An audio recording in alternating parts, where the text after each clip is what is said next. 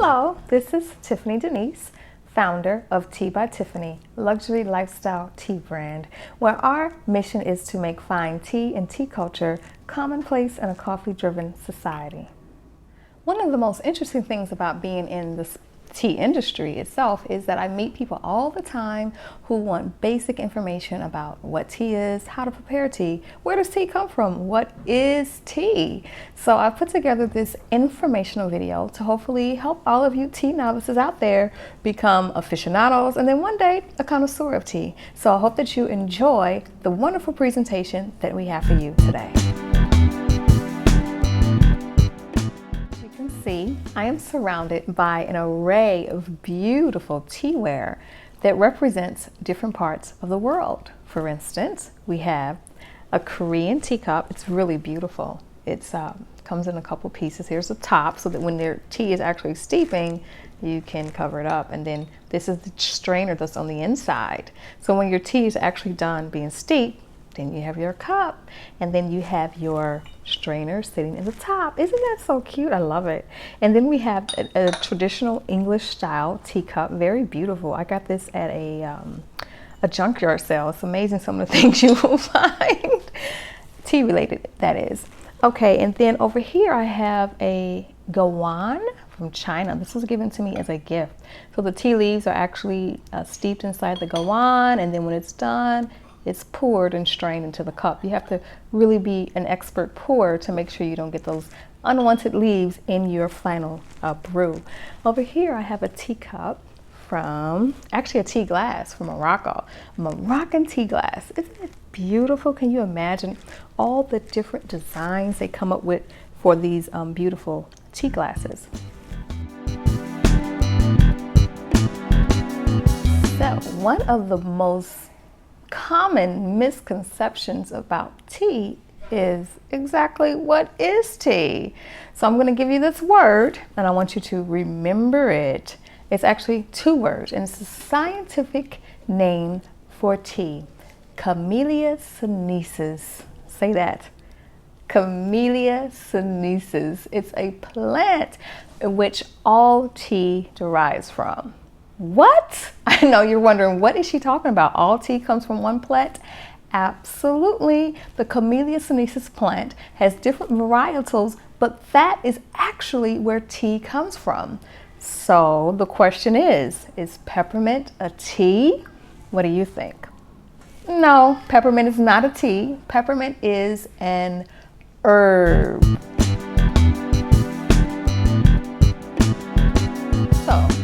Now that I have probably blown most of your minds about what tea is and what it isn't, let's take a look at some examples so that you actually know what tea is and what tea isn't.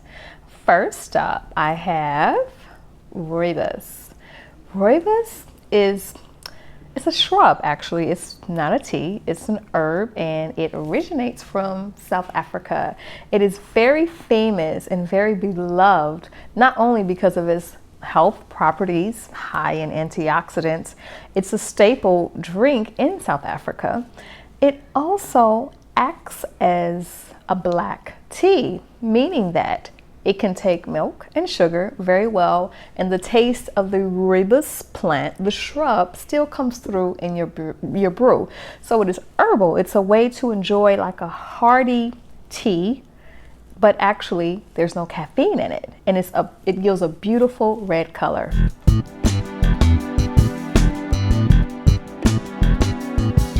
So next up we have white tea.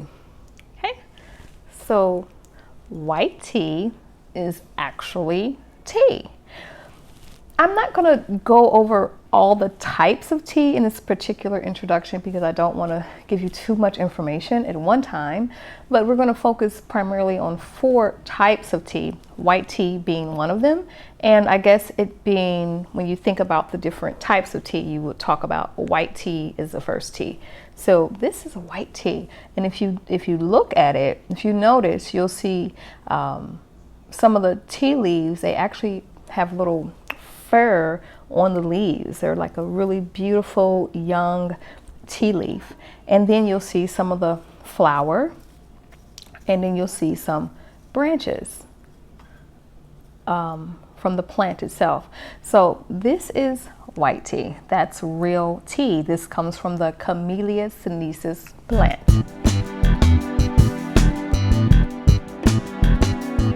Next up we have, actually, this is going to be a little tricky. I hope you're staying with me. Now, this is going to be green tea, but it's not just going to be green tea, but it'll be something that you're pretty familiar with. Americans are usually accustomed to drinking what we call blended teas or tea blends, for instance. So it will contain a tea that comes from what? The Camellia sinensis plant, as well as, what do you think? Possibly an herb like maybe peppermint or spearmint? All right, you got it. So that's what we have up next. We have a green tea blend. So this is green tea with peppermint and spearmint inside of it. Now, this is what it would look like. So it is a tea blend. So it actually has tea from the Camellia sinensis plant that contains caffeine, and it actually has herbs in it to create this beautiful Moroccan mint tea.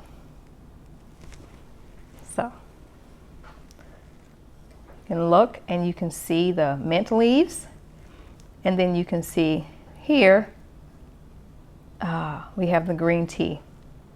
And this is actually made with a Chumé Chinese green tea, not the traditional gunpowder green tea used for most Moroccan mint blends. Okay.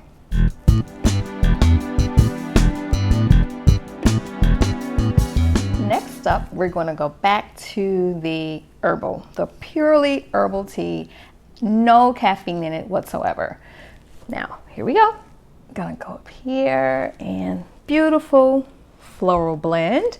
I call this one Beauty. It's a blend of chamomile, jasmine, rose petals, lavender, and calendula or marigolds. So basically, and some little cornflowers are also in there. All floral. Now the French have another name for herbal teas. Do you know what it is? Let me see if you know what it is. Let me give you a second to think about it. It starts with the letter T. It's called a tisane. So in France, they call herbal teas tisane. So you may hear me refer to it as a tisane and not an herbal tea. That's just so that I can get you used to the fact that this is not a tea. It's actually flowers. They're botanicals, but they can be steeped into creating one of the most beautiful beverages you've ever had. Finally, we have black tea. The black tea looks vastly different than the white tea that we looked at.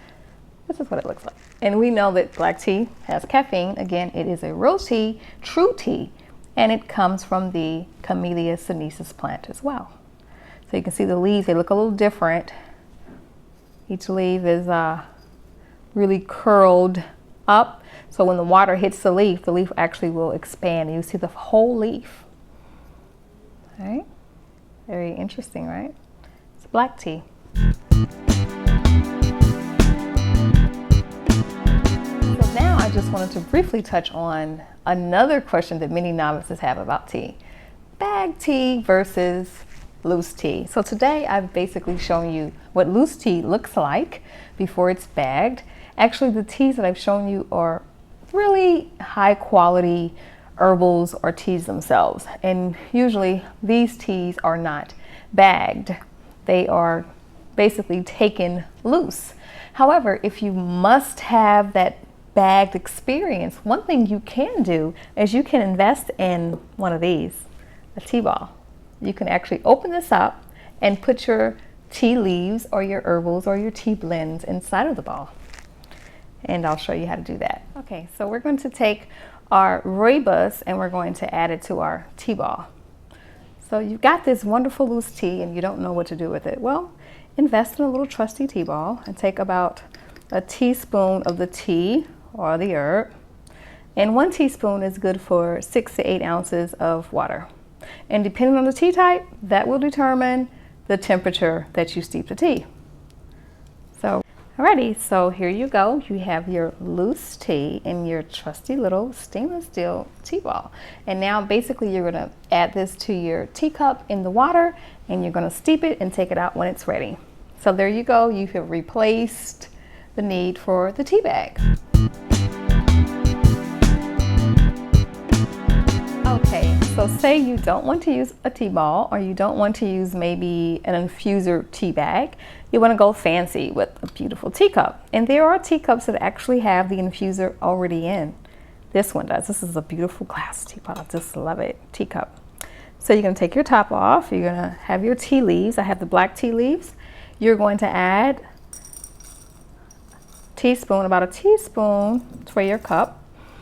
And then you're going to add the boiling water. For black tea, you want to make sure it's at 212 degrees Fahrenheit. You're going to place your top back on so that it actually steeps. Gonna let it steep for about 4 or 5 minutes. And then you're going to take off the lid and remove the infuser with the tea leaves so that it does not continue to steep. It will become bitter otherwise. And then your cup of tea is ready. Here you go. Now, of course, you have to imagine that the tea is in the cup. I know that it's not, but I'm just demonstrating to you how this works.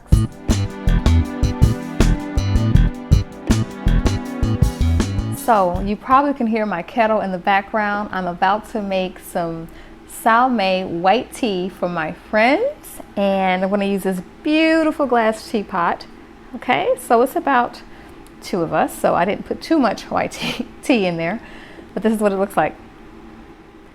All right, so we're back. We have our wonderful electric tea kettle, and this is a great one because it actually has the different temperatures for the different types of tea.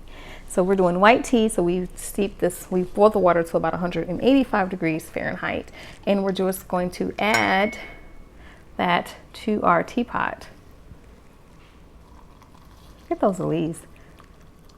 Of course, it's a glass teapot, so the glass will fall out. And we let that steep.